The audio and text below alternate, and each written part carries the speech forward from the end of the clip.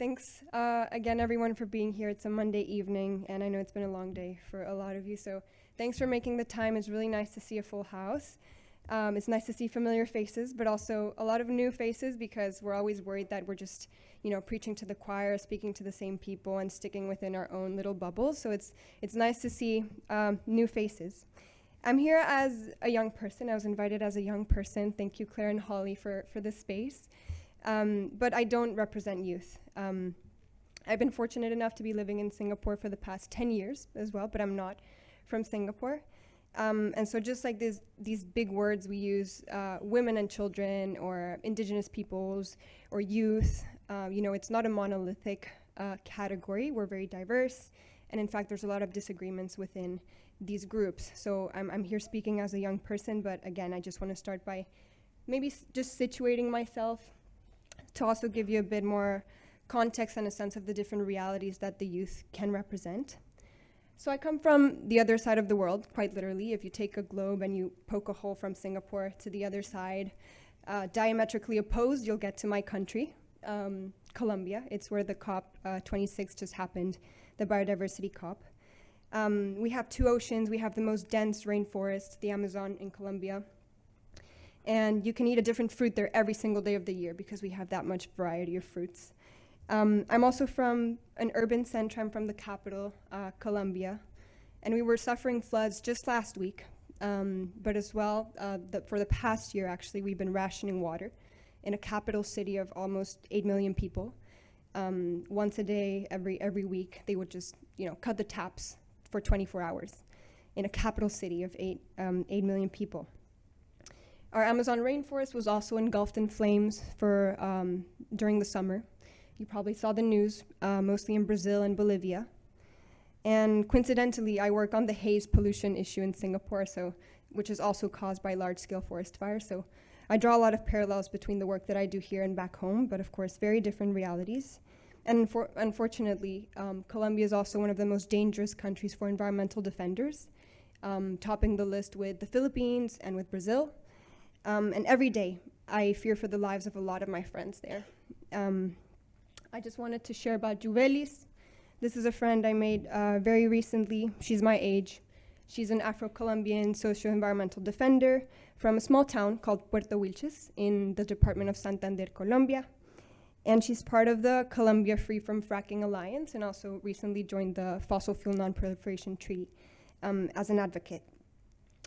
And a couple years ago, she had to flee. She had to flee the country because she was threatened for opposing a big mining, fracking development by a big multinational company. And she had to flee at night, hidden in the back of the trunk of her car with her family. I'm glad to share that she's back now, but these are the type of threats that a lot of environmental defenders that work on environmental issues and want to defend their territories face daily. And it's not just, threats. So I'll stop there. I don't think I can do her story justice, but just to show the different realities. And we all know the urgency. We're all here because we know how important this topic is. The science is clear. It's been clear for a long time. We know what needs to happen.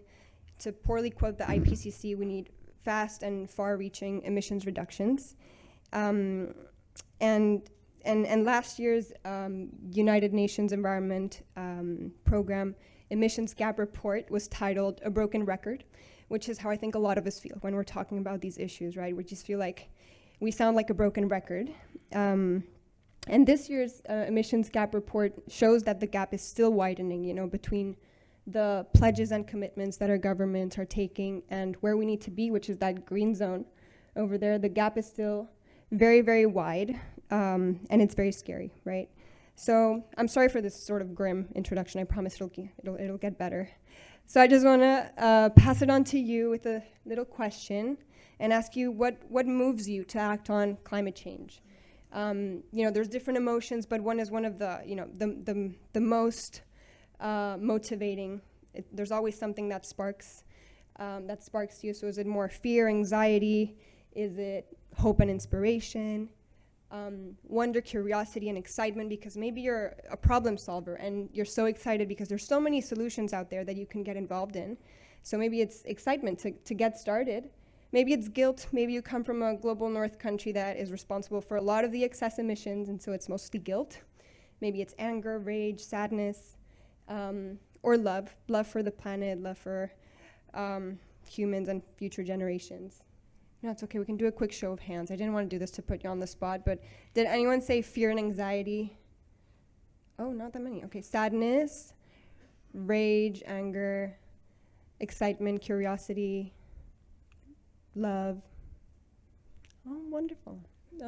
Hope, inspiration. A couple of you as well, yeah. Guilt. Okay, great. Thanks so much. It's okay, no worries. We can skip. It was a cool like little blurb of all the. Oh, we'll have to go back now. Rachel, if you can help me go back to the slides, thank you. Okay, great.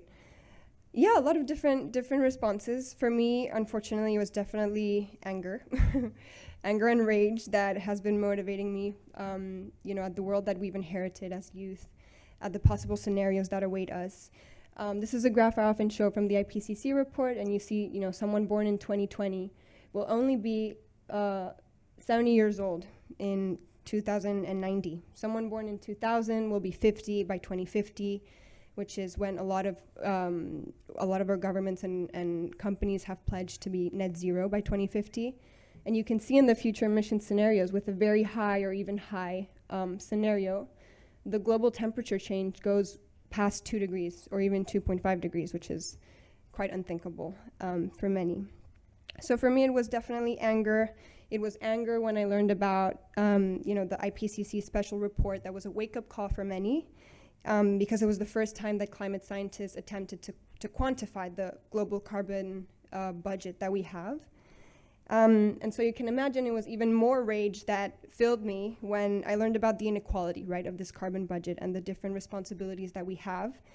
We're not all equally responsible, and the first day of AlterCOP actually was on climate justice for a reason. So we're not all on the same boat. We're all being impacted by climate change, but we're definitely not on the same boat. Some are more resilient, some are more resistant than others.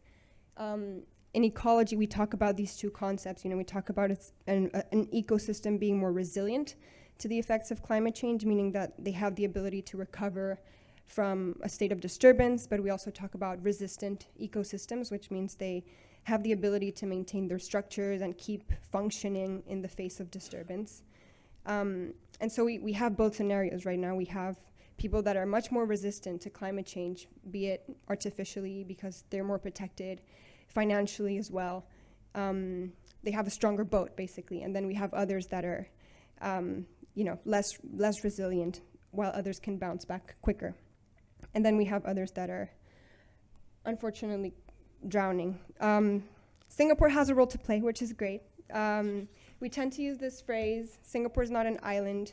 I've seen it in the context of foreign policy, but it's also very much applicable to the climate. We know that Singapore is not, it's affected by global issues. We saw it with the pandemic. This phrase means that we won't be spared in Singapore, but it also means that we have a historical responsibility as a high-income nation, right, to do our part. It's also a nation that ranks really high in terms of consumption-based CO2 emissions per capita, actually one of the highest. And the third climate change study by NEA just came out, which was also kind of scary. It said that Singapore can expect more than 350 days of the year to exceed 35 degrees, which is very hot, and we've been experiencing it already this year. So Singapore has an incredible potential as well to be a leader in the region in terms of technology deployment, knowledge exchange, resource exchange, even financial. And youths have been playing a really important part in Singapore. We have groups like Singapore Climate Rally, Singapore Youth for Climate Action, which we're going to hear from later, Students for a Fossil-Free Future. They're driving hard discussions forward on what's the role of Singapore in this region and what can we do together. And what I think they're craving more in Singapore are just more spaces, more spaces to get involved, to speak up, to be listened to. Safe spaces, diverse spaces, accessible spaces, and unfortunately, the COPs, the Conference of Parties, are often the opposite of that. They're not very accessible, and youths are often invited merely for show, or what's called often tokenization.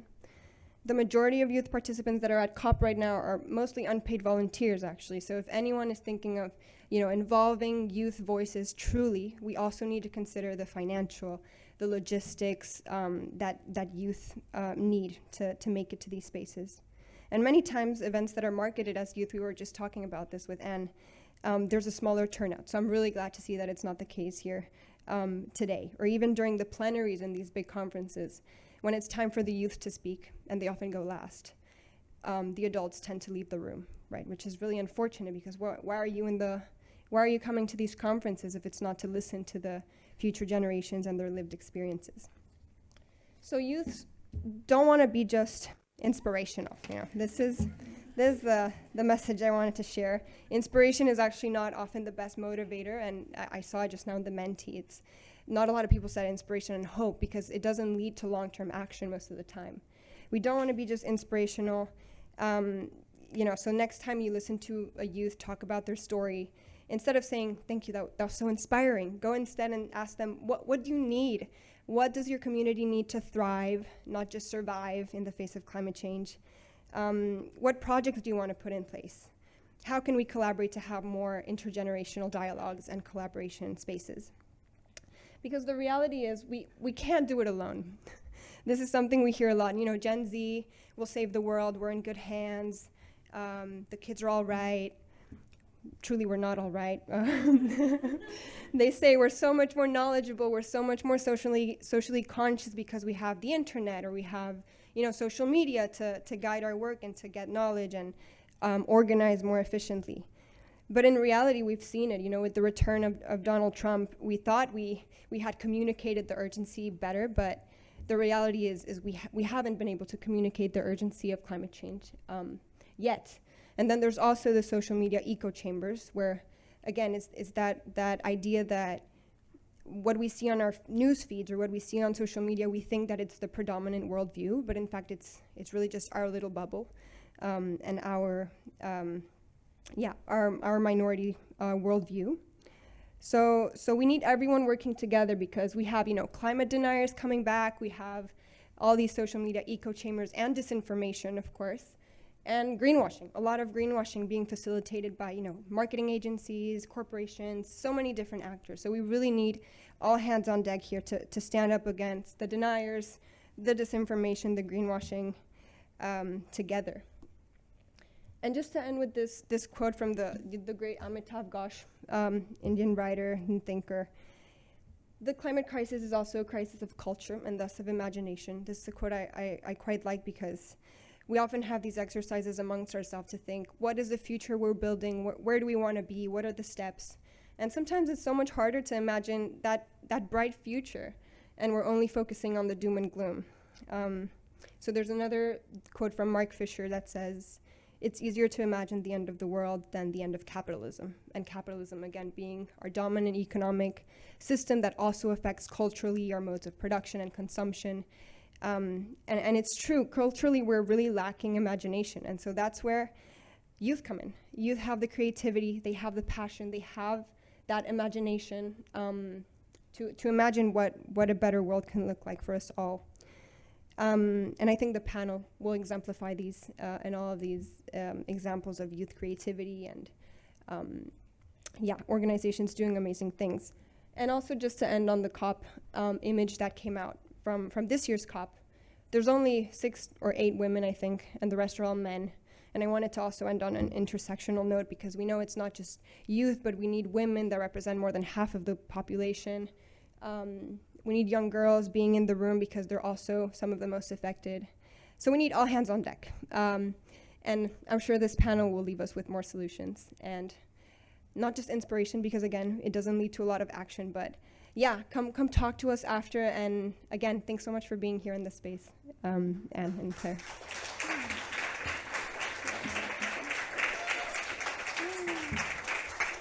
Read you a little statistic. Great start. In 2019, 6 million people worldwide took to the streets to march in the name of climate.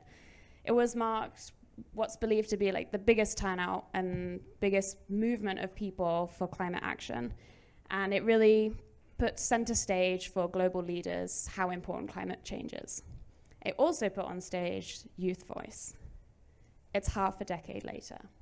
The conversation has changed a lot, and now we're going to think about how collaboration, intergenerational solutions, what do they look like now, and what do they look like for Singapore? As Beatrice just said, as a Gen Z, I often hear, oh, your generation's gonna save us. But the oldest members of Gen Z are not even 30 yet. So what is it that we need? What is it that the intergenerational solution can look like? That is what we're gonna discuss today. So I'm honored to be moderating this panel. A heads up for those of you that don't know me, I'm a professional yapper, and this is going to be a very new experience for me to actually ask the questions instead of answering them. So it really is a privilege to be showcasing these amazing people today. So I will literally pass the mic to Natalie to introduce yourselves, just a quick intro, who you are, what you're bossing at, and why you are here and why youth voices are important. Thank you so much, Holly, and love the keynote. So hi, I'm Natalie. I guess I have multiple. I am a programs co-lead at Singapore Youth for Climate Action. We are a volunteer-run, youth-led organization focusing on empowering youth in Singapore to advocate for equitable climate policy. We have pretty long history. I think we were established in 2015, and I'm part of the newest batch to take over. And I think outside of that, in my actual day job, I'm also part of Schneider Electric. So it's a French energy management company, one of the most sustainable in the world, and I'm part of their graduate program as a kind of a new hire, and under their sustainability graduate program.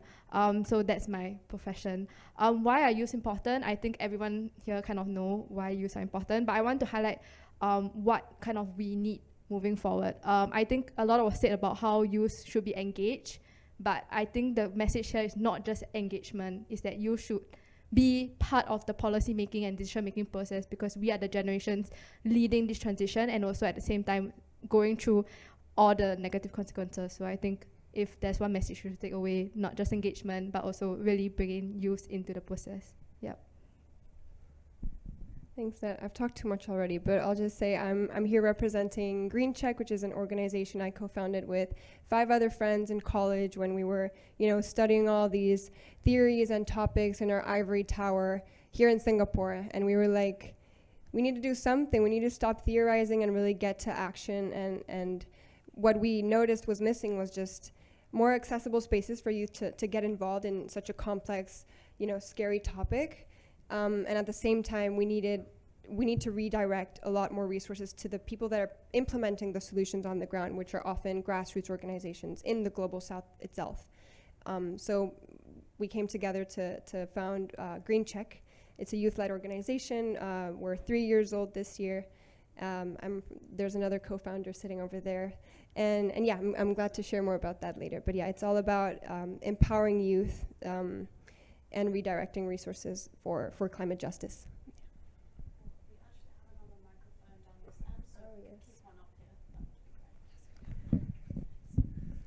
Good evening, I'm Wallace. So I'm from Temasek Poly, and I'm the Chief Sustainability Officer there. Besides that, I think that's my part-time job. My main job is actually I watch over the School of Engineering, and as well as I also oversee the estates and facilities management. I think it forms a trinity, right? Because a lot of the sustainability solution will come from will be driven from the facilities management side, as well as the School of Engineering, where we bring lots of technology. So why this is important and why I'm here is actually it's important to not just be advocates and say that we are very interested in trying to save the world, but the how is the more interesting part, is the detail. So I'm very keen in trying to train students with the actual tech, so that they can actually use those tech and then try to save the earth, instead of just always mentioning it, I want to do something about it, but actually I don't know what to do. So there's a lot of education involved. Thanks. Thank you. Hello, everyone. I'm Jayasri. I'm from WWF Singapore. I had the education and outreach team there. So I think when we were discussing how to do the intro, we were told to give a little bit of a personal story as well. So I would just like to quickly share that much of what I know about climate comes through my biodiversity background. So right after graduation, I was studying the monkeys in Singapore. For those of you who don't know that, yes, we do have monkeys and we do have quite good wildlife around us. And then it's actually through that lens that I slowly started working on wildlife management, human-wildlife conflict, and then as much as I thought that the wildlife part of that term was very important, the human part was also equally important. So in order to be able to, do conservation, talk about the environment, it's very important to bring people together. And that's how I went on to do outreach, education, working with schools, communities, and I think that's what has got me here. So just, I would like to reiterate that humans are a very important part of this piece, and we have a very active role to play. Yeah. Thank you, Jayasri. Good evening, everyone. It's really good to see so many of you. We were a bit worried just now because it was like half room full, not half room empty. Very good to see you guys. My name is May Tan-Mullins. I'm the incoming Provost and CEO for the University of Reading in Malaysia. But prior to that, I was with the James Cook University as the Dean International and the Chief Sustainability Officer.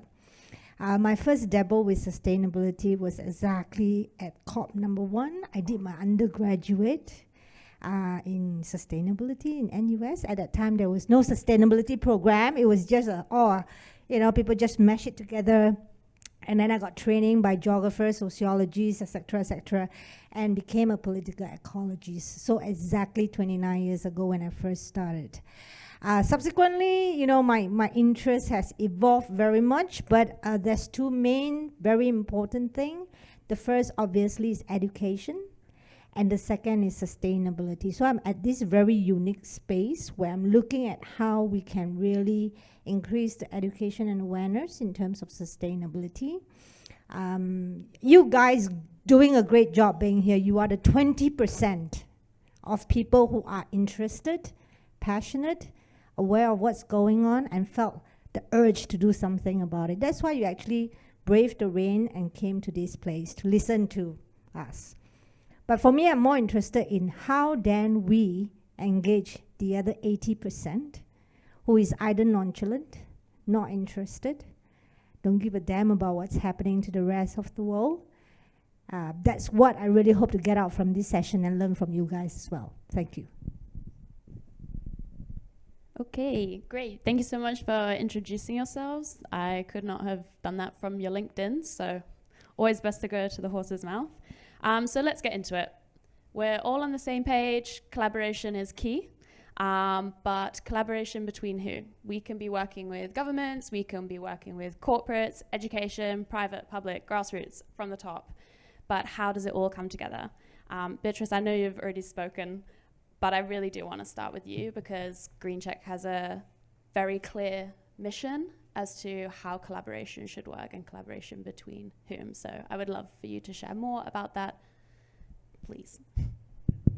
Yeah, thanks, Holly. So at GreenCheck, we like to say we have 3 different stakeholders or groups that we work with. We have our grassroots partners, which are the amazing, ground-up initiatives, projects, organizations that we support in a holistic way with our team of just dedicated youth. We have our volunteers because we want it, as I mentioned, to have an accessible program for volunteers, youth especially, to join a space, to learn about climate change together and train them in a way. And then we have our supporters, of course, the missing piece. The supporters either donate or volunteer with our partners. They can also support GreenCheck directly, but they're also allies in the making, basically, people that want to support but don't know where to start. And so GreenCheck is there as a donation platform, as a platform to learn and unlearn together. And so we try to facilitate these collaborations between all of our 3 main groups of people. And then, of course, as a nonprofit, we need to collaborate with other organizations to make sure we're not duplicating efforts, because there's a lot of great organizations out there doing similar work in education, in all these topics, but we seem to be recreating the wheel all the time. There's so many programs out there on education, and we just keep rehashing the same curriculum. So we need to collaborate amongst ourselves, amongst the environmental community. And again, as an NGO, we need funds. So we need to look for those grantors, look for those donors. And thankfully, we've been really lucky to work with donors that take a more flexible approach, and that understand that the reporting can't be rigid for a lot of grassroots communities and environmental groups, because we need to find better ways to measure impact, and especially if it's long term, right? We can't just set a KPI for in 1 year. We want to engage these many youths. It really doesn't make sense if we're working on development. It has to be long term. So yeah, a lot of different collaborations happening, and that we're constantly looking for, but especially our partners are really the centerpiece of GreenCheck. Yeah. Great, thank you so much for that. And Natalie, perhaps you could share more about the Singapore Youth for Climate Action chapter, and particularly your motto of teaching people how to think and not what to think, and the role that fostering collaboration plays in climate action here. I think I echo a lot of points that Beatrice brought up, because we're both non-profit youth organizations, and with that we have very limited capacity and resources. Like youths are, like we have a lot of ambitions and passion, but that's not enough to sustain an organization that wants to drive impact. And we are in the space of climate policy, so if you know anything about Singapore's policy landscape, it's not very easy for one organization to just say, I have a view and hope that the government takes it in. It's actually a very long process. You have to actually build a relationship with government, so that's why we have a lot of collaborations with government agencies, ministries, things like that, to hopefully get them to take in our views and have us at the table even. And then beyond that, there's also kind of a need for youth organizations to work together, because we cannot cover all the ground as one organization. It's just too much to cover. Even just if you talk about Singapore policy, it's an extensive field out there. And so what happens is that the space gets diversified into different organizations that have different focuses, but have a central goal of wanting to push for climate action, push for more ambition, and kind of bring up youth voices.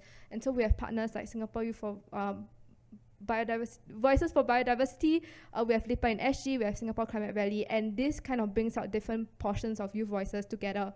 And using our connections, we can then actually bring our perspectives to the table. So for example, I want to spotlight our work in highlighting the Global Plastics Treaty. We actually did like a months-long campaign engaging the public. So we work with different organizations like Stride, Plastify, to run plastic upcycling workshops, cleanups, to engage the public. That's on the public side.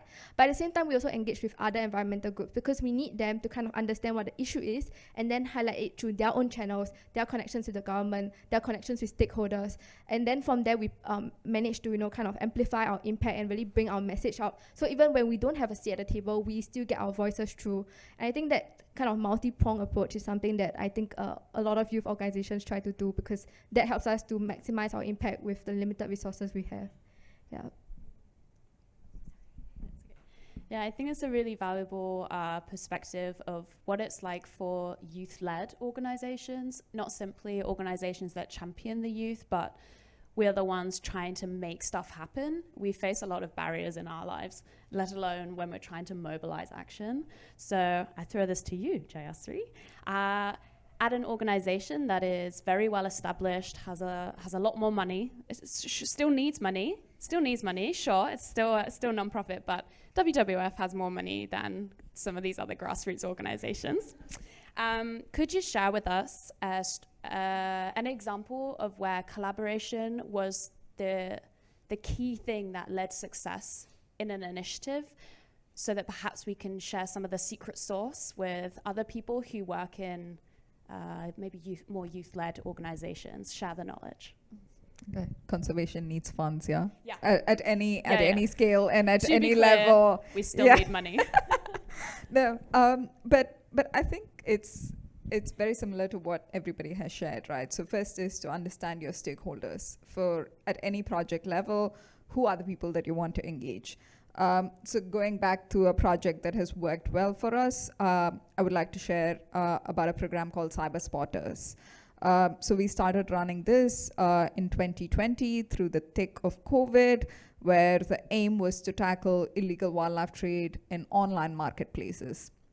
And I think we all know that it was also around that time when we started as individuals in our day-to-day life, do much more shopping online. We were like relying on everything. Groceries were bought online. And interestingly, that's also the avenue that the wildlife trade kind of made its way into. So we often hear about that kind of 3P partnership, public, people, private. And we took that kind of approach. So first is we need to sort of empower the community to be part of the solution.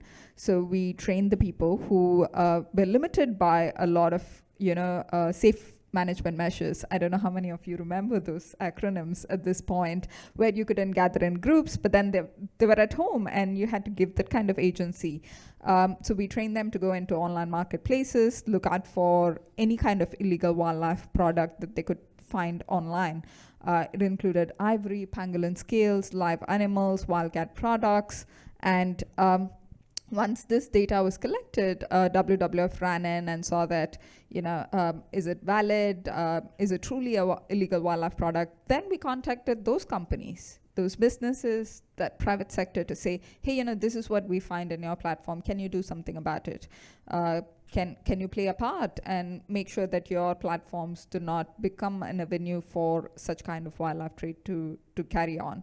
And once they said, okay, we'll take that and we'll do something about it, we'll create policies, then we took some of it back to the government to say that, hey, as law enforcement authorities, can you act on them? Is there some kind of an action that you can take on these listings, the buyers and sellers? So this one big round ensured that we are able to tighten some of this trade that's happening. But the other part is also that there is awareness that's also spreading through the community that's taking part in the program. So all of this goes back into why, right? I mean, illegal wildlife trade, we hear about it. We sometimes hear about CITES. There's COP for CITES as well. And then we may wonder, is it actually that big of an issue? In fact, it is the second biggest driver for species survival next to habitat loss. We often hear about deforestation, and right next to that comes illegal wildlife trade. And unfortunately, Singapore still remains as a transshipment hub, a top spot, so which means that there are these big goods that are being moved via Singapore, and many of them tend to happen as single product sales through these online platforms as well. So I think when we have understood that kind of stakeholder mapping and relations and gone all the way from the community to the top at the authority level, we've seen some success in terms of being able to act on the issues. So just as a show of hands, who would identify as somebody in the public sector?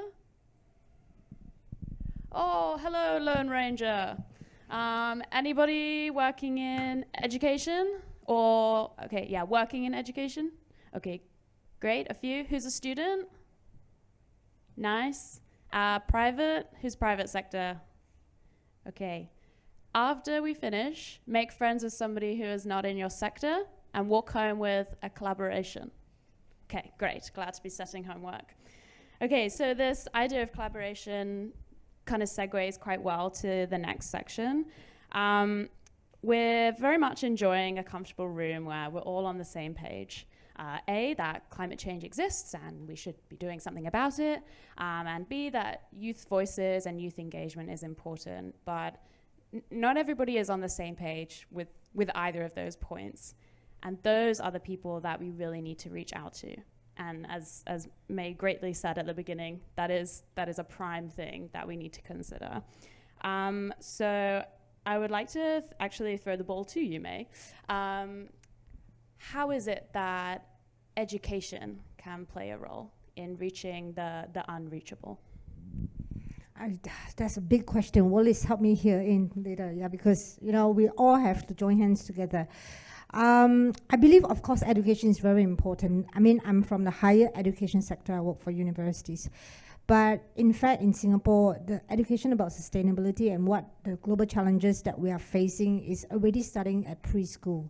Because the Ministry of Education, and we do have dialogues with the ministers as well in terms of how to really embed sustainability knowledge as well as education in kids as young as 6 years old when they go into preschool. It is happening. If any of you have kids here who is studying in the Singapore curriculum or international school curriculum, doesn't matter, there will be elements of sustainability and challenge water saving, energy consumption, all these things, you know, climate change that's already embedded into their curriculum.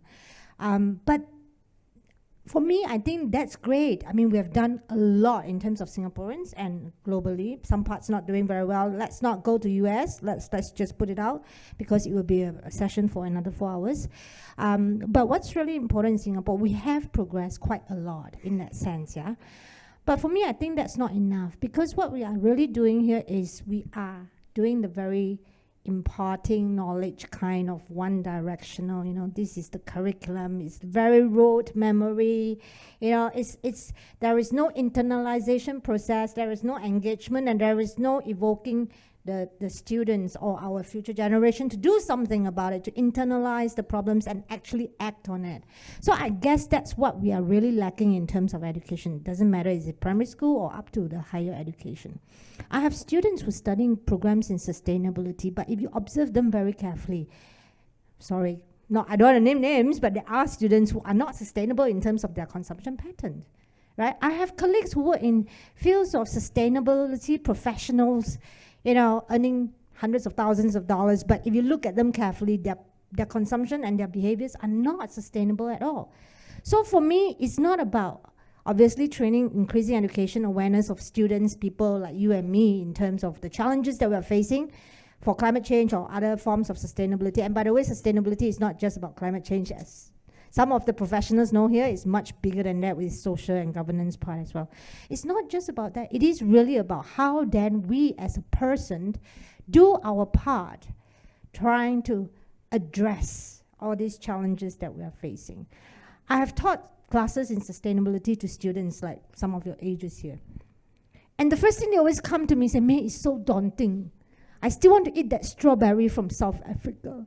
But you just taught me about foot miles. It costs like 3,000, you know, tons to travel for the fresh vegetables from Chile or, you know, from strawberries from Australia. You know, but I still want that strawberry. What do I do? You know, and I always tell them, I'm not asking you to give up your strawberries. Don't worry, okay? I'm not asking you to do that. There are ways, you know, baby steps first, right? You know, I don't expect you to become a vegetarian or vegan tomorrow. That's why I always tell my students. And it is this perception that is such a big and unattainable goal. Like, what can I do as one person? That's the biggest reply I always heard from students. I'm just one person. I cannot do anything. Wait for our ministers to, or our government to do it, right? Or wait for United Nations or big organizations like WWF to change the world kind of thing. But I always tell them, you know, you say that. If everyone says that, that's it. That's the end of the world. Right?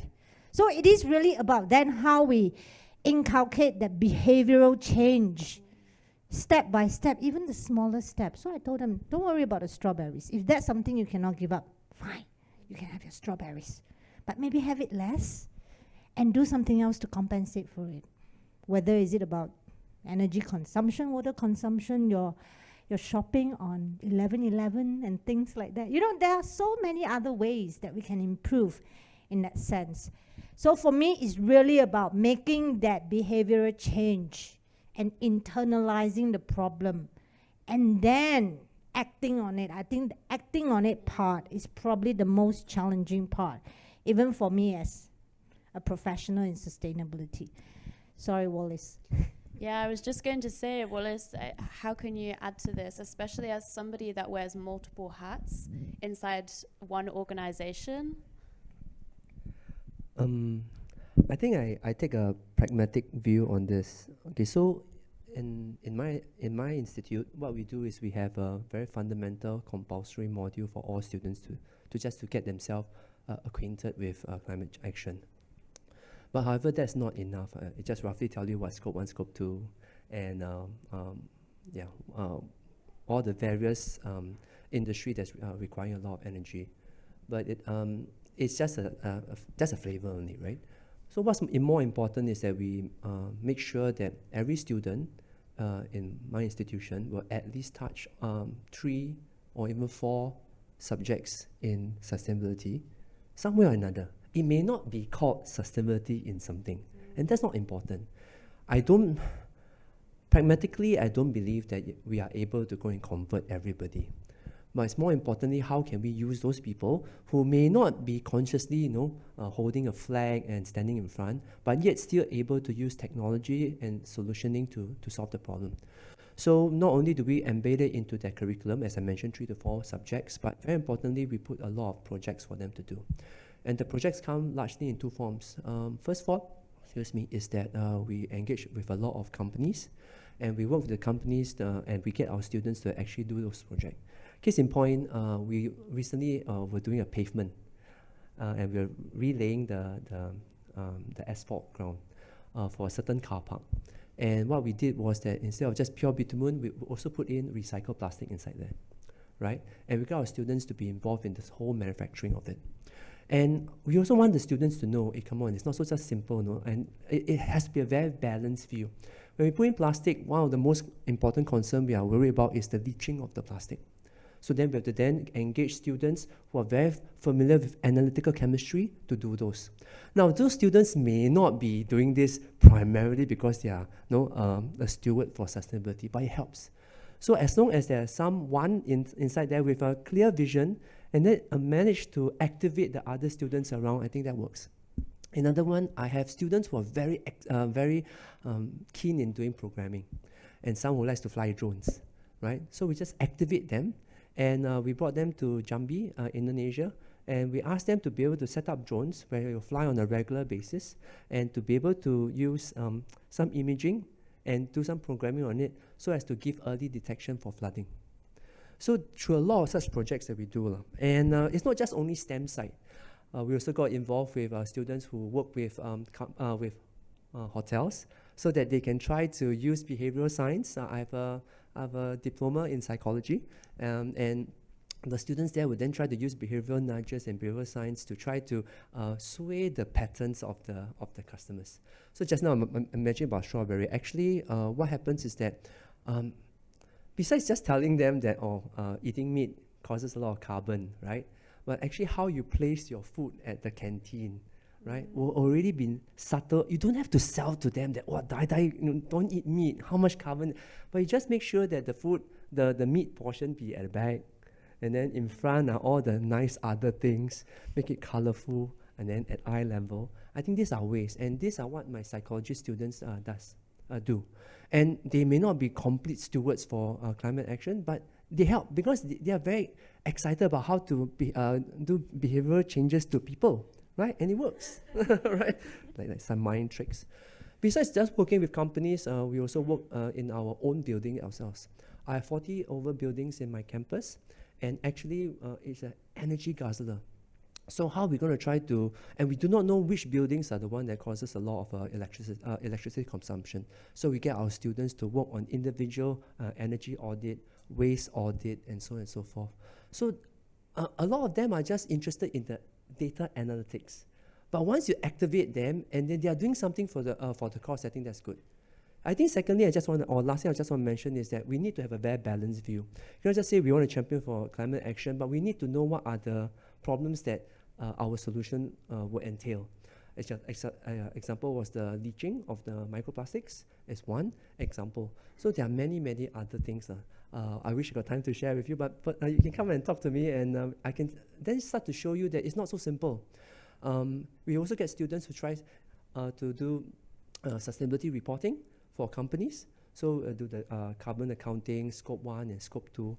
And we found out that, hey, not so simple, no? For example, if you say we want to reduce the temperature by putting a fan, we want to reduce temperature, by changing the cooling water, the next thing will happen is that because of the water not being cold enough, the humidity goes up, and then mold grows. And when mold grows, a few things that's affected. Number one, your air quality will be bad. And that's also part of sustainability. Air quality for humans experience is important. Secondly, with mold, you have to wash more and therefore use more water. So we really have to do a really strategic balance. It's not that simple. And the whole purpose of all these projects for students to be able to see the multifaceted perspective in this. Yeah, thanks. Yeah, I really value that contribution. One, because my degree's in psychology, so I really appreciated the shout out. And two, my brother likes building drones, but he's not into sustainability, so I've got a new project to send to him. Great. Yeah, that's really amazing. So now I'd like to shift the focus a little bit and think about what is it that we need to accelerate? What is it that we need to move things forwards? And so, Beatrice, I'd like to ask you, thinking about GreenCheck and the holistic support that you were nodding towards earlier, what does it look like?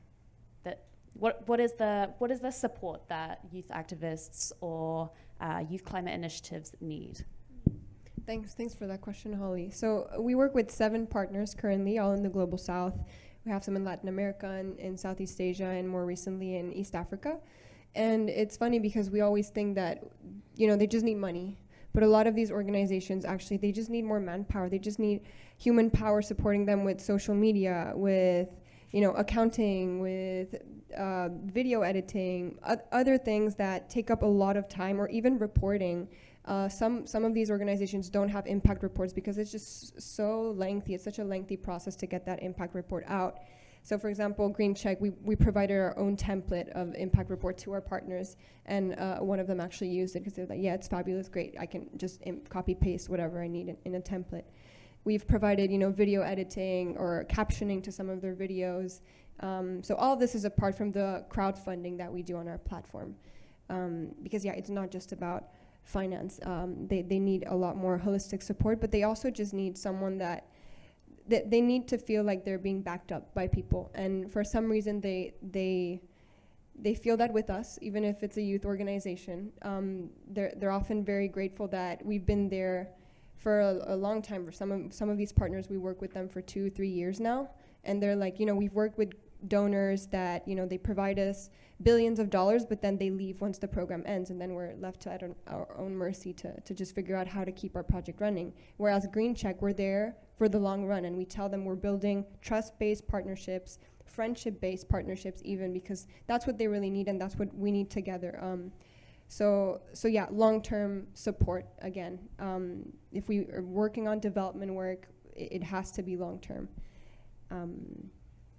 Yeah, I'll stop there. That was more partner-related, the holistic support that we provide. But I could also talk about the youth angle, because May had some great points of, what if I want to eat that strawberry, right? How do we engage them? And I think my answer to that is, with our volunteers, we go through some trainings with them, but we're also constantly having conversations around, we don't have to be perfect. Perfect is the enemy of the good. That's what we always say. We don't need perfect environmentalists. It's better to have a million imperfect environmentalists doing small things together. And we know it's not just about individual action, of course. And I think a lot of us who take individual actions on our day-to-day lives, we know that we're not going to change the world with that, but it's more because that's how we prefer to live in our daily lives. That's how we prefer to relate to our environments, our lived environments, and relate to people. It's just to live more sustainably. And maybe it's selfish, we do this because we want to feel better, but I think it also has a purpose. It keeps us going. So yeah, that's sort of holistic support and conversations that we're constantly having with our youth volunteers as well. And Natalie, I want to throw the same question to you, but with a real focus on Singapore and Singapore youth, the people that you're getting stuck in the weeds with. What do they need? What are the pain points of making a change in Singapore? I think probably the biggest challenge we have is that when it comes to sustainability, a lot of people talk about individual action, which I think is very important. And I think I echo what Beatrice said, which is that if you advocate for something, you should also live by it, right? That's a personal philosophy that I hold. But at the same time, when it comes to climate action, I think youths are very passionate and very frustrated with the lack of progress as a whole. We think that there should be a lot more ambition, and because of the things that we really fear, and we really kind of think about all the negative consequences, and we're going to live through that, and some people are already living through that. We think that there should be a lot more ambition and push and drive, and I think sometimes get very frustrated at the lack of movement and progress. And I think it's definitely damaging when as a youth you are given the opportunity to be engaged, but at the same time that stops there. I think from organization angle, funding definitely is number one. I think a lot of non-profits, people who do the work don't get paid or don't get paid enough. And when we have to run programs, do events, that requires money. Beyond that, I think the very big problem as well is logistical and manpower. When you are a youth-led, volunteer-run organization, there's a lot of things that you cannot do because the people that are running it are either busy or under capacity, or we have just too many things going on our plate. And I think that kind of makes us kind of realize that we cannot do everything. There are some things that we have to prioritize, right?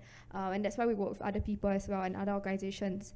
I think the final thing is, and the most important thing is that we cannot just engage youth. Youth have to be given a seat at the table, and at the whole decision-making process, our views have to be taken into account. I think a lot of times, especially in the past, I think youth have been taught to be, people who just come and bring passion and loud words and I don't know, splash paint on something, which we do. But I think because we have so much passion and drive and we're not given chances to express that and to really make a change, that's why all these things come out, right? So I think fundamentally, youth want space. I have a lot of youth coming up to me and messaging me and saying, what can I do, right? And I cannot just tell them to, just do individual action. I think that's not enough because we need systemic change. So what our organization tries to do is that we try to really empower people, either by educating or by giving them opportunities. And we can't give them all the opportunities. So we need, for example, companies, educational institutes to really give them opportunities and spaces to go and try things, do projects, get engaged in different ways, or kind of throw out try new technology and try new things. And so I think that as a whole, youth just need more opportunities and engagement and truly a seat at the table always. Yeah. And so, May and Wallace, what do you need to accelerate youth engagement and intergenerational solutions in education? And this can be formal or informal education. I want to shout out that not all education comes through institutions. Decided to shut me up because I talk too much. Before I answer that very long and difficult question, I want to go back to what Natalie is saying. I'm frustrated as well, okay? Because I'm not a youth, but I can understand, I feel your pain in terms of the frustration. I know it's absolutely not fair because we say, you guys, your next generation, our future leaders, you go out and, try to make change. And when you don't have the say at the table, which I think Singapore is doing quite a bit trying to change that as well, especially with these chapters that you're setting up and a lot more platform that I'm seeing. I'll be very honest with you. I was away for 15 years. I will spend my 3 years in Durham, UK, in a university, and then I went to China for 12 years in another university, and that's where I started platforms and clubs. So I started a sustainability club in this Chinese university where there is not supposed to have NGOs, no activism, it's a communist country, you're not supposed to do anything too drastic.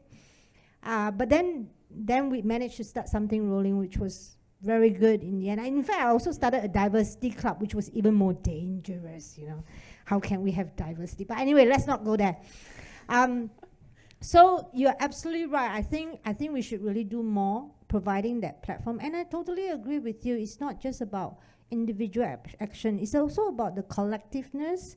Because once you have gathered that mass, then you realize there is a momentum. And with momentum comes resources. And with resources comes social media attention. And the next thing you know, a TikTok video is trending with 3 million views. And the next thing you know, Grace Fu is knocking on your door. So let's have a conversation. What do you really want in terms of, for the Singapore environment, et cetera, et cetera. And increasingly, Singapore government is becoming quite responsive as well in terms of trying to engage with the youth. But I totally agree. Engagement is not enough. It's really about having that stake at the table, having that, ability to have that conversation. That's why, Wu Qingyu is doing quite well as one of the youth representatives. She's at COP now. I'm not sure if she's at this COP, but I met her in the last COP in Dubai. And I totally boycott this COP because I know what's going to happen, in terms of this whole fossil fuel shit. Sorry, not supposed to swear. Pardon me, apologies. It's supposed to be a serious conversation. But yes, we need to do more in terms of that. Going back to your question in terms of how can we bridge the intergeneration gap. I feel very scared when you look at me when you mention intergeneration gap. I always like to believe I'm as young as you guys, I mean, not young in terms of age, but in terms of passion, in terms of drive, in terms of, the willingness to learn new things. But I do agree there is a huge intergeneration gap, not just in terms of knowledge, but in terms of capacity and power at the table to be able to make that decision, or even hold part of the decision-making process. Lots to be done. No absolute. I mean, don't just look at me when we come to intergeneration gap, because it's both ways, right? I have a daughter. I have two daughters, 10 and 13. Yeah, my 13 is giving me a lot of pain because of that intergeneration gap. So I'm learning a lot of things from her as well. So for me, I think the most important thing is not for, how do I say? I don't want to come across the wrong way. Older people, not a very good word to use, right? But more senior people like ourselves, like me, I'm not looking at some of you, to be more willing to listen and really be more willing to impart, not give knowledge, but to really not just impart knowledge, but also to learn from our next generation. I guess that's really what's lacking here, is that because we think we are so senior, we're so professional, we are professors in a university, whatever we say is right. But in fact, I can tell you honestly, when I'm in the classroom, 40 to 50% of the time, I'll learn something new from the students every lesson.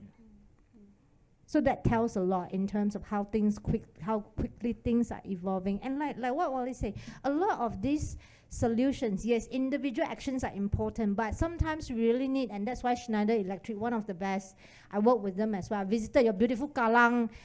They have a beautiful but education hub, which they will tell you exactly how they utilize technology and innovation to solve our climate challenges. So they use very advanced IoT in terms of how to monitor energy, how to monitor your water consumption, triangulate data points, and help you reporting, etc., etc.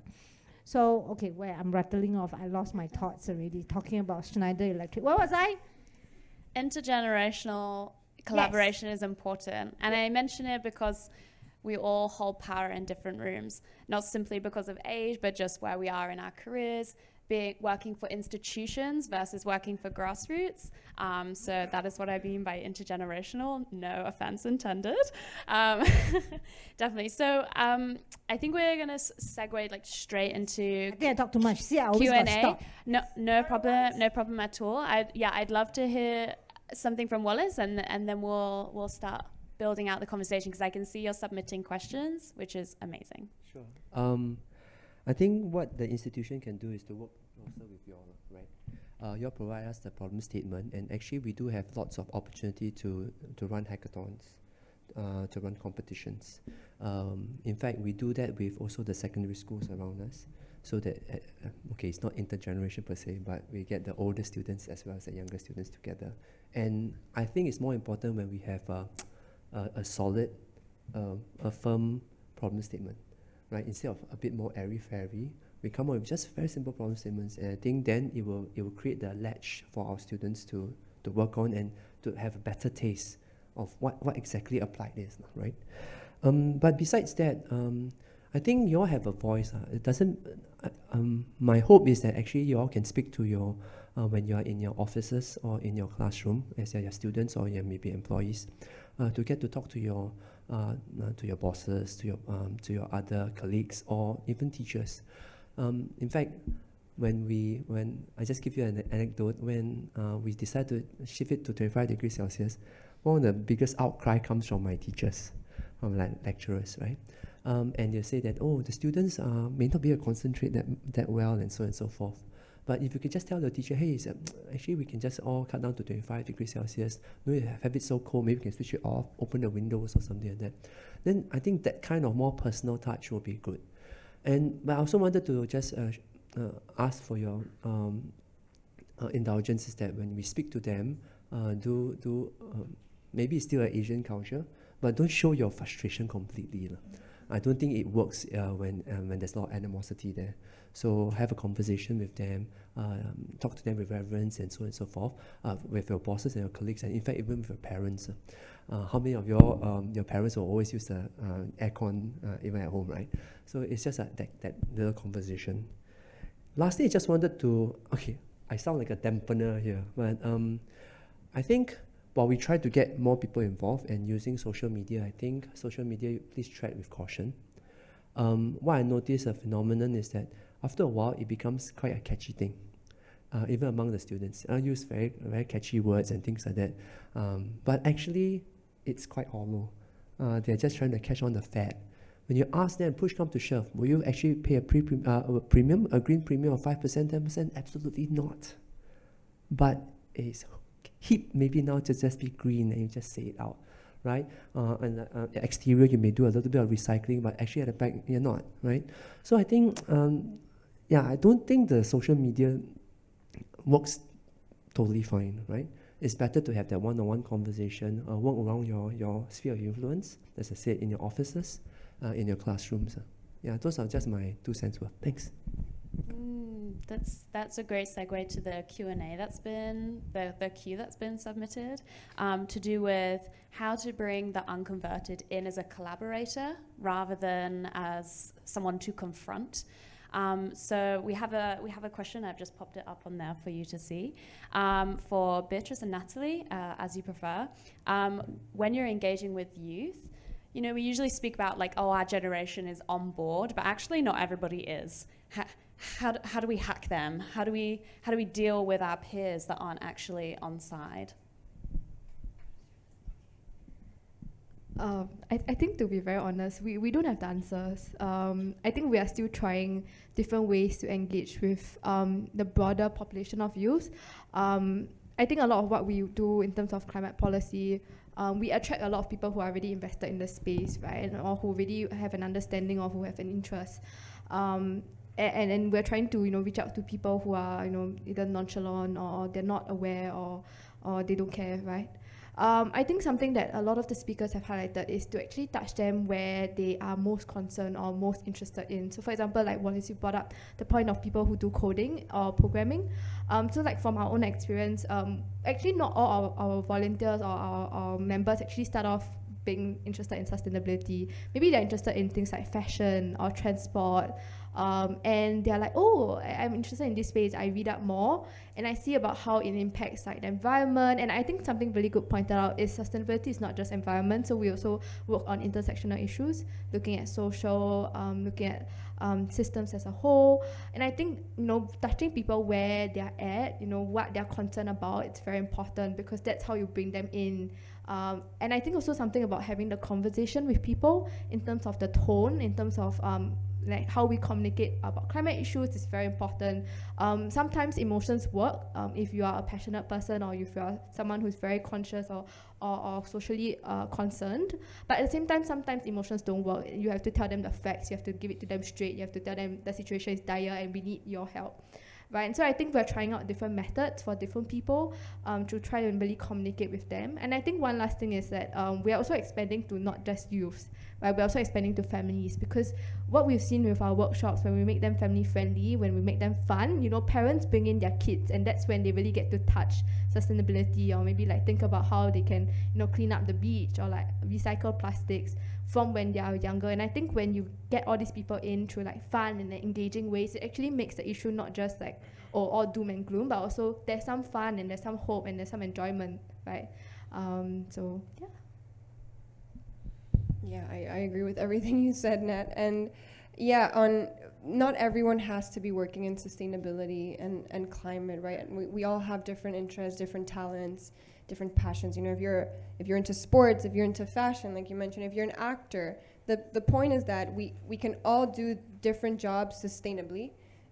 we don't all have to be into sustainability. And that phrase, I always find it very confusing, because we're not into sustainability. You know, we just want a more livable future. We're not. It's not a trend. Like, and the fact that we even have sustainability departments still just shows that, you know, there's a disconnect. We don't need sustainability departments just focusing on this issue and driving all the sustainability efforts in a company. We need, what is your finance department doing? What is your HR department doing? Do they also understand sustainability issues and the urgency of climate change? It has to be cross-cutting, and I think that's where, you know, it's again, going back to culture. It's a cultural mindset shift that we need, from everyone thinking that sustainability is just the default option now. It's not just, you know, it's not an option. So there's that. Not everyone has to be working in sustainability. And what we do at GreenCheck, for example, with a lot of our volunteers, when they first join, we ask them, what are your skills? What do you want to learn? What are your talents that you would want to put into practice at GreenCheck? And you don't have to be studying environmental studies or anything. Some of our volunteers came from finance or other STEM fields. Marketing even, and the point is that anyone can be supporting sustainability and climate action. You don't have to be an expert, and you don't have to be into sustainability. And it goes back to what you were saying, there's nudges we can use with behavioral science and behavioral psychology to move different people. So that's why I think we did our Menti poll, showing that different emotions move different people, and it's an issue of communication at this point. And we need to be able to communicate to different audiences. So there's not just one, you know, band-aid solution or one type of approach we can take. And that's, I think, the challenges we face to be able to reach different audiences. We need to, touch different emotions for different people. Perfect. Thank you. It reminds me of a few years ago, I interviewed Lincoln Blevins from Stanford University. He's some chief sustainability guy, and I was like, what's your dream for sustainability? And his response was, I don't want to see sustainability in a job title. That's when he can retire. That's what he said to me, and it's exactly the same sentiment. So I believe we have some questions in the back. Yes, please. Hi, Robin here. Great panel. It's actually a question for Natalie.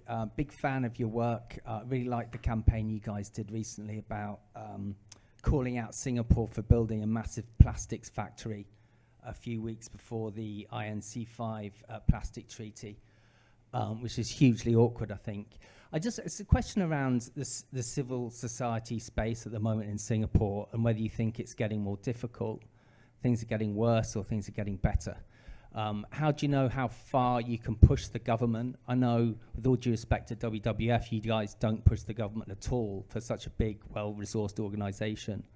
But yeah, Singapore Youth for Climate Action is doing quite a lot of good work in pushing the government on its policies. How do you know how far to push the government at the moment? I cannot speak for the whole of civil society, so I think because we're very broad. I think I can only speak to my experience and to kind of our experience. And I want to first really thank you and the general courage of our work in the plastics treaty. I cannot take credit for that, by the way. I need to thank my president, who's in the audience now, because she's been the ones driving the campaign for the plastic treaty. But I think, honestly, we don't know. We don't know kind of how much to push the government and whether or not to do so. I think that's the very fine balance that we have to navigate. Because on one hand, the government is one of the strongest actors in Singapore for climate action. Because of the way the government is structured and its influence and its kind of ability to drive policies on a local and global scale. So there is definitely a very big value in terms of us wanting to engage the government.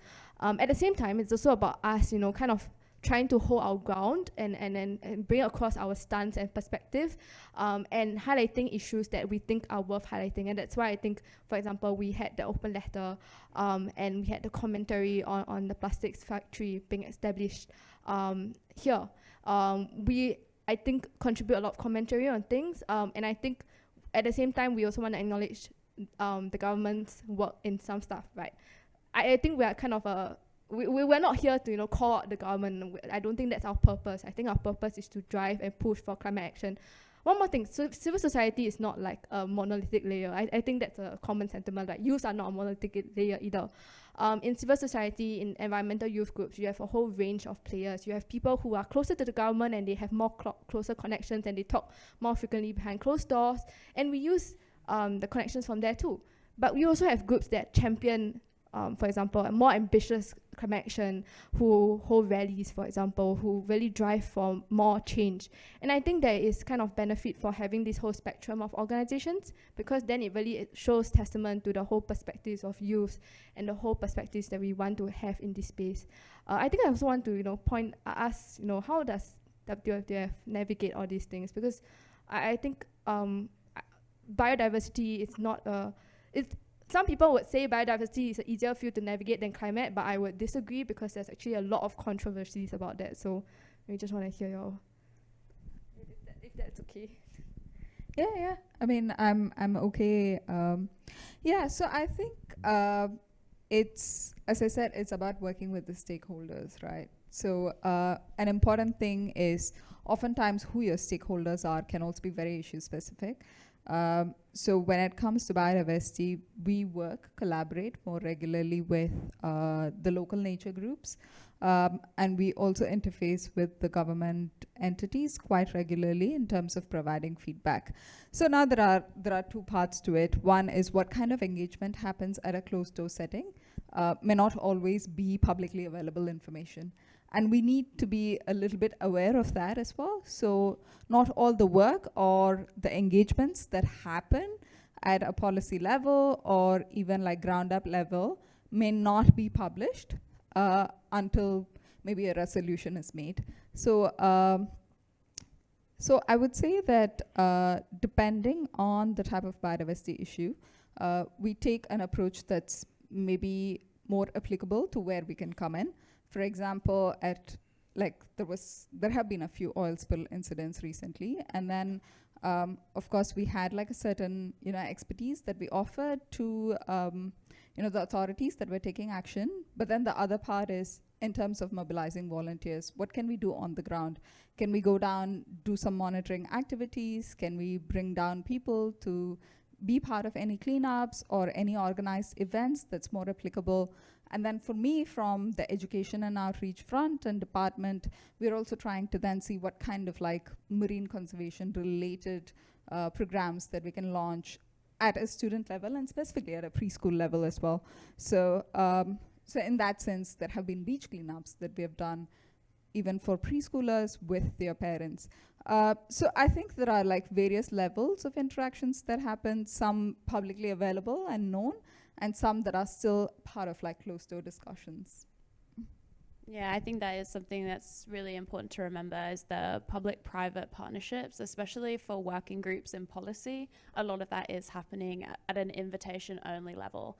And the people who are on the ground running around running a workshop for WWF are not necessarily the same people that go and advocate for what should be in a financial wildlife crime working group, for example, that was hosted a few weeks ago. Yes, definitely. Thank you so much. Any final question before we move on to something a bit more exciting? Yes, please. Yes? Yeah, there is some. Hi. Yeah, this is a question. Sorry, is there someone else? No, it's fine. Go, Okay. please. Okay. I just wanted to ask, what do you think is the most effective way for us to influence Singapore's climate policies? And I mean like big things like the carbon tax, or the carbon tax rebate that was actually given to petrochemical refiners in the middle of this year because they said that they were facing competitive pressure. What kind of channels do you think we should use? Should we submit petitions or write to our MPs, or is there some way we can make use of the fact that general elections are going to be next year, latest? Yeah, what do you think? I don't want to put you in the spot when I ask you this question. If you are saying I don't know, I think that's fine, because I honestly don't know the answer either. So I think this is up for discussion. Thank you. The answer should not be I don't know, because everybody on this panel is from a different area tackling this problem, so we'll have something different to say. So we're wanting a take-home action. What can I do? This is what the gentleman has asked. What can I do in Singapore for specifically climate policy? You don't have to go first. Okay. Sorry, I just passed you the mic. Can I'll just jump in very quickly. I think the carbon tax is quite a controversial one because it was implemented without a lot of consultation, and the increase is quite drastic over the years. I guess to look it from the other way around is that it's very much driven by the 2050 net zero that we have announced, that we are committed to. And for those who are not familiar, in fact, for all the ministries, they have announced that they should be net zero by 2045. How are we going to achieve that? Right? Singapore only have two things they do: fine you or give you incentives. Just like babies, right? Either they, or if they don't want you to do something, they fine you. If you want you to do something, they give you incentives. So in fact, if you look at this whole carbon tax is just one of the many levers that the government is using to adjust your carbon emissions. So the more carbon you emit, obviously you got to pay more tax, right? But there are other ways, there are other incentives put in place by the government to encourage you to shift to either renewables, like for example the EV subsidies, which was no longer in place, if I'm not wrong. But in the past, there was quite a huge subsidies for EV vehicles if you buy it, but I think it's no longer in place. So there are, it's a two-sided thing, right? So I understand there's a lot of pain going on. In fact, I've worked with a lot of SMEs trying to help them to embark on the journey, especially for the Scope 3, because it will come to a stage where SMEs could not even participate in the bidding process because they can't do that tick box that they can report their Scope 3 and they are, compliant to whatever requirements of the companies that they are bidding for. So the challenge here is really then, how do we make sure that companies or companies like yours, yes, you'll be dinged by the carbon tax. Obviously, talking to ministers, I don't know which company are you, but there are British Chamber of Commerce. If you are from, Britain, a UK oil company, or, Australian oil company, there are different avenues like Chamber of Commerce. If not, a High Commission, for example, because I used to be with Australian University, we do work quite closely with your embassies to really try to engage with the local government in terms of certain policy, not changes. Usually you get very little changes, but it's still some kind of improvement, I would call it. So, talk to your Chamber of Commerce, talk to your embassies if you really find that's going to come down hard on you guys, but there are other levers that helps to compensate for that.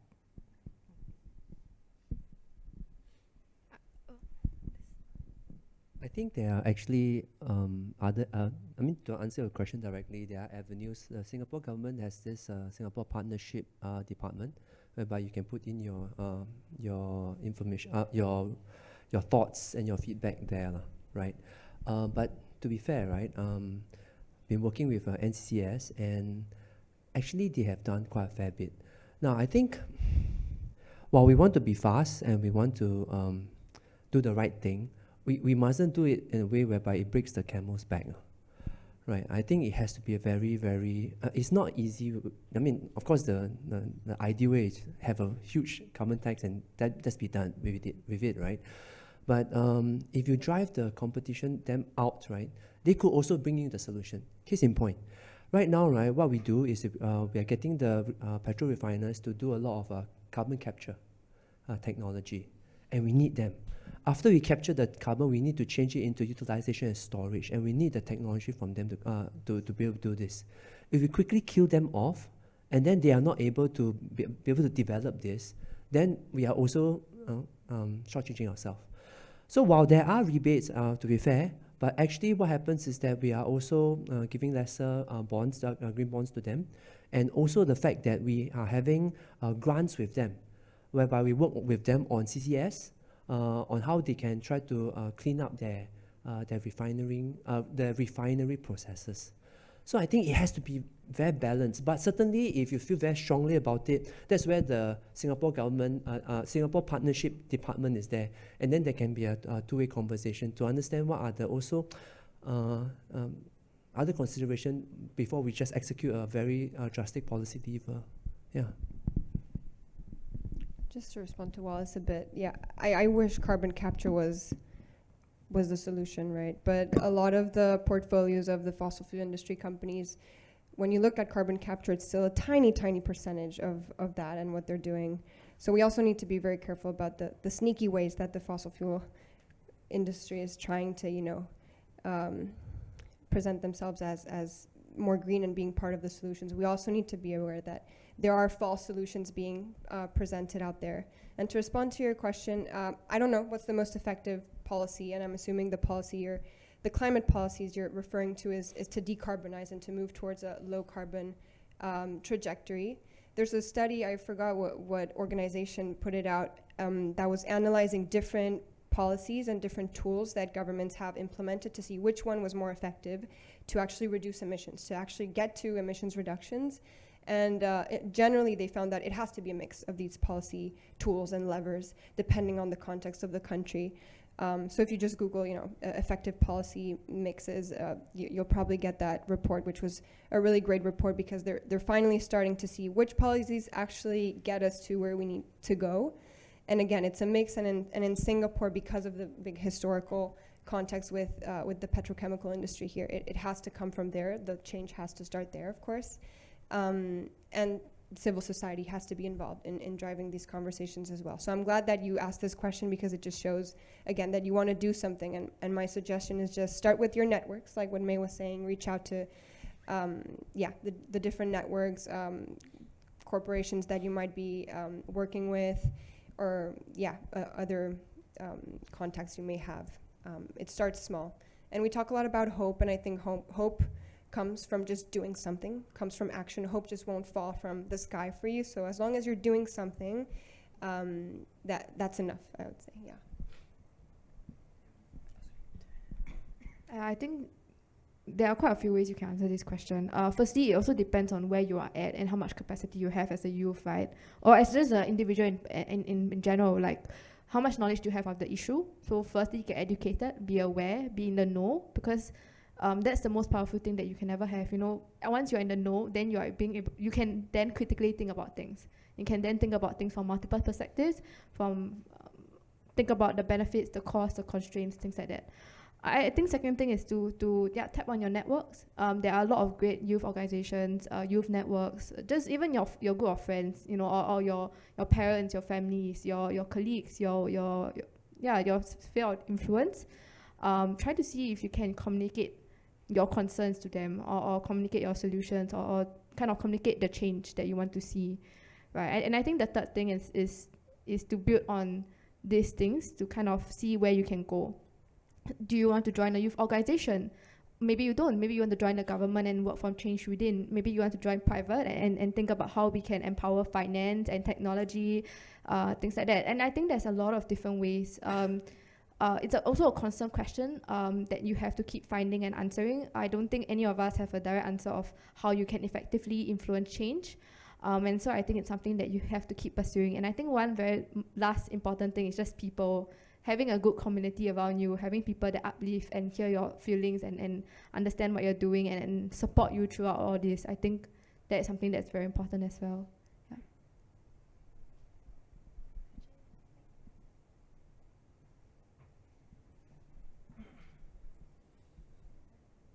Hello. Oh, okay, it works. Yes, I think very similar to whatever was mentioned. I think it's also about finding your tribe, I think. So as youths, so there are various sort of avenues for you to get associated with. I think earlier I saw an amazing, graph, like a ladder from sort of awareness to professional development. It was sort of excellent what the speaker showed. And that's pretty much like setting up a pathway for you in terms of whatever field that you choose to voice out for. So being aware and actively engaging are very important. So there are two parts. One is what can you as an individual do, and then there are often avenues. There are like consultation sessions that are very specific to policy level decisions. And as I think many of you know, whenever there are acts that are or statutes that are being renewed, they always come up for public consultations. So and it's also pretty open. So to keep a lookout for those. And many of these high-level meetings also start to have a youth contingency. I know there is like often discussions whether how effective they are, but then there is the Global Youth Biodiversity Network that sends representatives to the CBD-COP, and then there are like CITES contingents. And I think that was mooted by Singapore actually to have like a Global Youth CITES network, for trade of wild flora and fauna. That's also like regularly meeting up in Singapore. So this is the network that's being established for the youth and for the communities. And there are often avenues through these organized groups to voice out your opinions as well, to actively find out where they are and what the activities are would be very crucial, I think. This note of network is definitely really important, and something I've been thinking about recently is activist burnout. And I know people have different feelings about the word activist, but surprise, because you're all here, technically you are a form of activist because you believe that we need to make a change, and activism is about making a change. And when every day you're trying to stick it to the man and trying to make a difference, it's emotionally exhausting. And having a strong support network of people that understand you, and you can all vent together, you can cry together, you can jump with joy at the triumphs that you make, even if it was just 1 millimeter closer to what you actually want, is super, super important. So look around you. This is your network. This is your community. Remember to make a friend before you go home. We have a whole range of questions that are coming in, which is wonderful. There's one that I really like that's kind of throwing things at the other end. So we are about championing youth, and we are about youth-led, but also how do we engage everybody in the age range, particularly aging populations, and keeping them involved as a stakeholder when we are inheriting a world that they left behind. Any thoughts? Open to the floor. This question wasn't for anybody in particular. How do we make that an intergenerational thing? How do we reach out to aging populations? Can I answer as the oldest person? It wasn't targeted at you, mate. I guess I am maybe the oldest person in the room too. Maybe not. No, I actually sort of linked to the previous question, which I didn't quite answer because I was rattling off. I think we are talking about youth here, and we did mention a little bit of the younger preschool kids and things like that. But I think the biggest gap here really is the more senior people. Not even my parents, yes, probably your grandparents, that generation, because they grew up from a very different generation. In fact, that generation is pretty, I'm still joking about all the plastic boxes in my mom's house. She probably have 1,000 of them because they never throw away anything, right? And some people see it as being very sustainable, but some people say actually it's not quite, because you're generating more plastic consumption with all this plastic that you're just storing at home. So it is true that this generation is, for me, my experience of working with different generation, from the very young kids to the teenagers to the more mature professional adults, and then to grandparents, probably 60 plus and above. The older generation is probably the most challenging, partly because it's very difficult to explain it to them, because a lot of them, even when they might have studied, they might have gone through to very senior education, but they just have not experienced the kind of challenges that we're experiencing now. At that time, they don't even have internet, right? So it's a lot of the information that they were getting when they're growing up is really nothing compared to ours, your generation. So that's where and as the older you grow, which I agree, I'm getting there, is that the older you become, the more set you are in your way as well. Even though you know there are these challenges and you're supposed to make changes, it's very difficult. I always told my mom, why don't you just bring that tongkat out instead of taking plastic and then putting it in your drawer after you eat them from the tapao? And say, very kankor leh, very difficult. I cannot remember. I old already. I cannot remember to bring that thing out. So, and you can't be angry, right? Even I'm frustrated. I can't be angry with her because she's quite old. She's like 81. So these are the real challenges in terms of trying to engage with them. And if anyone in this room have great stories or great ways to really help to relate that challenges and that urgency to them, please feel free to share them. Thank you. I think it's a great example, though, of adjusting expectations, right? Like what you will ask of somebody who's high earning, living in a city, got lots of resources to make changes in their life is going to be very different to somebody who's just enjoying the end of their life and very set in their ways, but has got different cultural values or access to things, and what we ask from them to live a sustainable life should be something different, really. Do you have any other ideas of engagement with different generations? I think I have a slightly different point of view here. Please. Because I think there is maybe a lot of traditional knowledge in the older generation that could be linked to certain sustainable practices. Maybe it didn't come from an intention to be sustainable, but then we must also understand that there has been era of like very limited resources. So to close your tap is such a big sort of slogan and movement now, but then it was such a common practice, or to have like bucket showers, as my niece and nephew would call it now, because they're so excited to have showers from a bucket where you have a fixed amount of water to. So I think there is a lot of practices that actually came from a constraint for resources at that generation, and there is a lot to learn from that. So I would see them as maybe valuable resource people, right, that the younger generation can learn from. Maybe the motives didn't come from a certain understanding or a worldview that we have now, but then as a practice, it still is very valuable and can be adapted quite easily. I love that.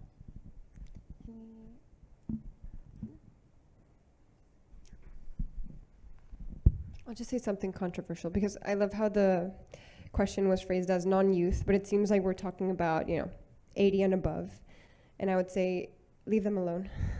They're not our main focus. Let them be in peace, unless it's like one of the billionaires from the global south. Yes, they probably are already being engaged in other ways to do their part. But if it's your mom,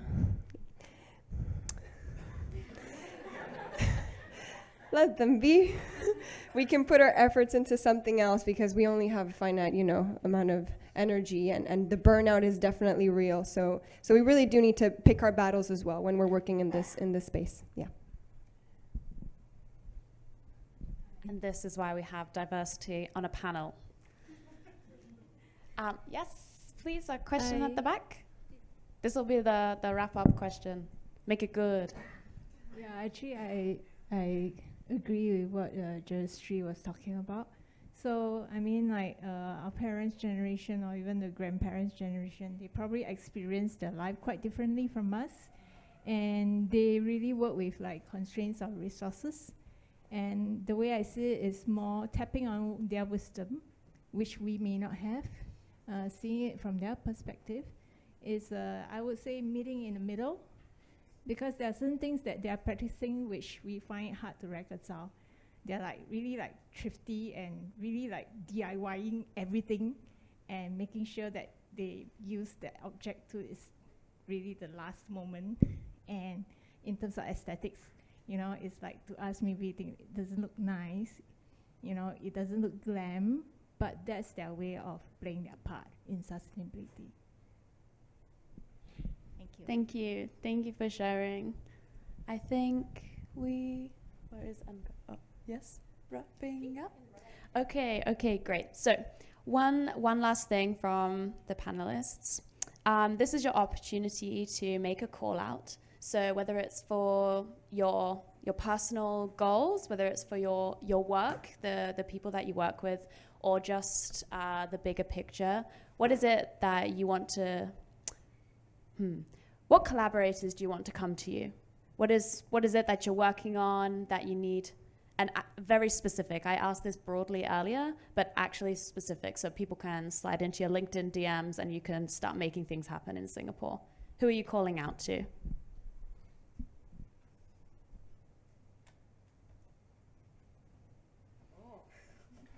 Specificity.